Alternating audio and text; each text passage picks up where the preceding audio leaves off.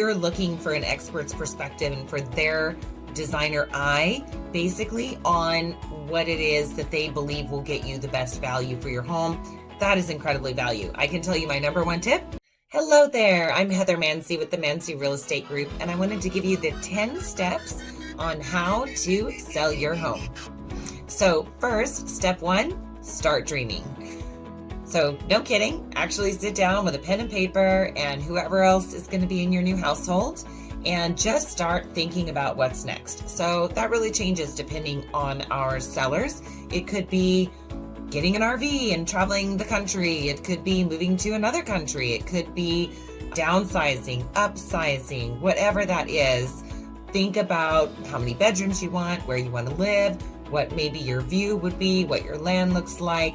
This is kind of an exciting process because for a lot of people, buying a second home or a third or whatever that may be, when they go to sell one home, it's because they are going into a forever home, or they're, moving into a vacation home, or maybe they are leveling up in some way or just changing. And so you guys have the element of choice in many cases. Maybe you're chasing some dreams across the country and a new job. So just be thinking about what you want to see ideally from that next home. And so put that on paper. Next, number two, meet with a listing agent. So this is really a critical part of the puzzle because, as I often will tell my sellers, I cannot make decisions without all the puzzle pieces and all the finances fitting into place. So there are several things that we will do for you when a listing agent such as myself will meet with you. And that is, number one, give you a market evaluation on your home. You really need to know what is the estimated potential value on market. Second would be your make ready, things that you might need to learn or find out about, touch-up paint or moving furniture around, staging, whatever it may be. You're looking for an expert's perspective and for their designer eye, basically, on what it is that they believe will get you the best value for your home. That is incredibly value. I can tell you my number one tip, decluttering. I know nobody wants to do it. It's kind of a bummer. But yeah, from all my clients' houses, the experience that I've had on the market, my own home that I sold years ago in Texas, it is really the big thing that will make you more money on your home. And that is just simply paring down what you have. I call it pre-packing. So whatever you do pack now, you don't have to pack later when it does come to time to sell your home. So think about that. And then next, number three would be meet with a lender. So you do need to think about if you are going to be either getting a loan on your next home, or maybe you're going to meet with a financial advisor because maybe you have some extra proceeds that you want to take and invest, or whatever that looks like for you. So a lot of people are going to meet with a lender because they maybe, like I said, are moving up, or maybe getting the forever home, or maybe they're just going from a starter home to something larger. Whatever that is for you, meet with that lender. You do need to make sure that you're clear on the type of loan you plan to use. There are many different options potentially available to you. Those will change the kind of homes that you might go for when you make your purchase. And then understanding what that budget's going to be. Now that you know your potential market value on your other home, that listing agent should have also been able to provide for you your potential net.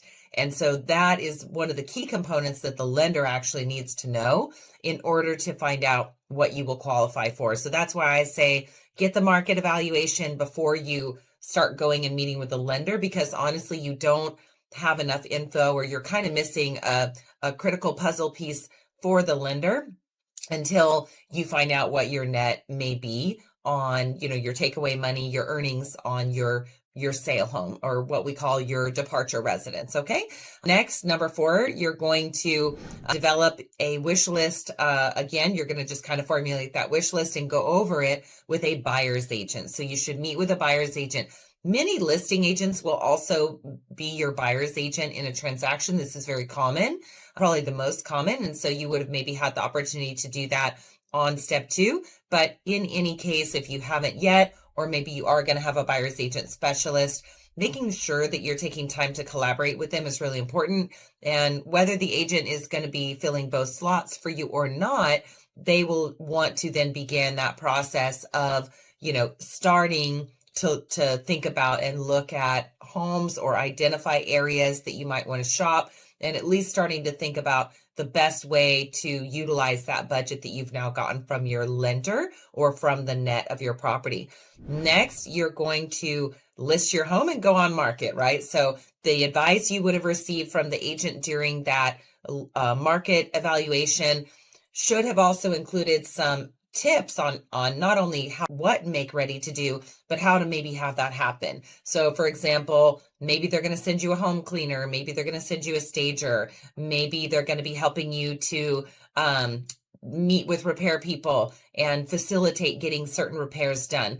A lot of this stuff can be out of pocket for the seller, or some things can be paid at their expected closing of their sale home, or it could be something that even the agent or organization you're working with can budget in and then maybe have at the end. So this is just a conversation with that listing agent. It really just depends on the client and what the need is as to how my organization handles it as well for our team in Southwest Washington and Northwest Oregon.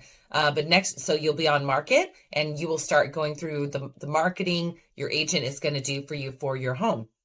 So that was number 5. Number 6, go shopping for that home, right? So you've had your meeting with your buyer's agent, you're ready to go, and now your home is on the market. So the next thing is you really need to start shopping right away.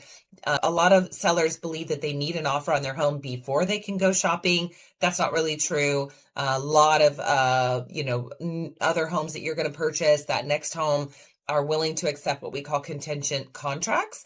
Also getting at least an idea of what homes you're identifying is really important, even if you are going to wait to get an offer on your home. Also, just be aware, in your market, you might have a very short time on market, meaning a very short number of days before you might get an offer on your home. So thinking about that, you do need to get out there and start shopping. So I would do that immediately. Once you list your home, we often will say, if you're going to be gone for your open house, let's have you go searching with our buyer's agent and make sure that you're able to start looking. It's a great thing to do while you're gone for that first open house for a few hours anyhow. Next, you're going to, number 7, you're going to accept and review offers. Okay, so you should eventually have offers to accept and review. And you might have also begun making offers on that new home. So you'll be accepting and reviewing offers with the help of your listing agent on your departure residence and making those decisions or counter offering or whatever it may be, negotiating on that. And then also making offers on the new home that you're looking for and going through that acceptance process. Number 8, you're going to inspect both houses. So actually, you technically want to inspect your home, but your buyers will want to probably do their inspection on your home, and you want this to take place. This is very helpful for the buyers to know everything they can about your home before closing on it. This is actually really useful because even if they don't ask for repairs, even if they plan not to ask for repairs because maybe they did an as-is offer for you, you still want them to know the home well. You want to know everything about it, its defects, whatever that is. The reason is, yes, they may decide not to buy, or they may decide that they want you to repair something, but ultimately it's better to have a very open transaction to prevent future litigation. And so same thing with sellers' disclosures. We just want to be very open about anything conditionally with the home. And then buyers, what they are buying, they know it fully, and that's fine. And then for the home you're purchasing, same thing. So you want to have a professional inspection. States and nationally, they really do recommend to have a professional licensed inspector and just go through that process so that you can identify anything you may want to negotiate on your new purchase to have either the seller reduce the price or do a repair or whatever that looks like. Number 9 is closing and keys. So once you get to your closing and keys, that's an exciting time. You're going to go in and sign your sale documentation, which actually is quite short. It's just a few papers. You're kind of signing off the deed, and anyone whose name is on the deed, or if you're in a community property state and you are married, you will need to make sure that they all come in to sign. And then usually at the same signing appointment or same day, you can make sure that you're signing your documents for your new purchase. If you have a loan, you're going to get that thick stack of papers for the mortgage, but getting through that is great. And then getting the keys. So what's really important in a company's closing is that if some of the money from your sale house needed to go to the purchase of your new home, then you're going to usually receive the keys on the new home that day or when closing occurs that within the day or so. And then next, which is number 10, you will have your rent back if you do have one, which just means it's some time built in after closing of your departure residence where you can rent it back either for free or for a small fee for a few days or a week or two to give you time now that you've got the keys to your new home to move out and then clean out that last property and hand off the keys to the new buyer for your departure residence. So that's it. And now you get to move in to your new home and celebrate. So I hope this content was helpful for you. And if you are interested, please like and click on the link in the next slide, and we will provide more content, and we would love to help you out from myself or the Mansy Real Estate Group. Thank you.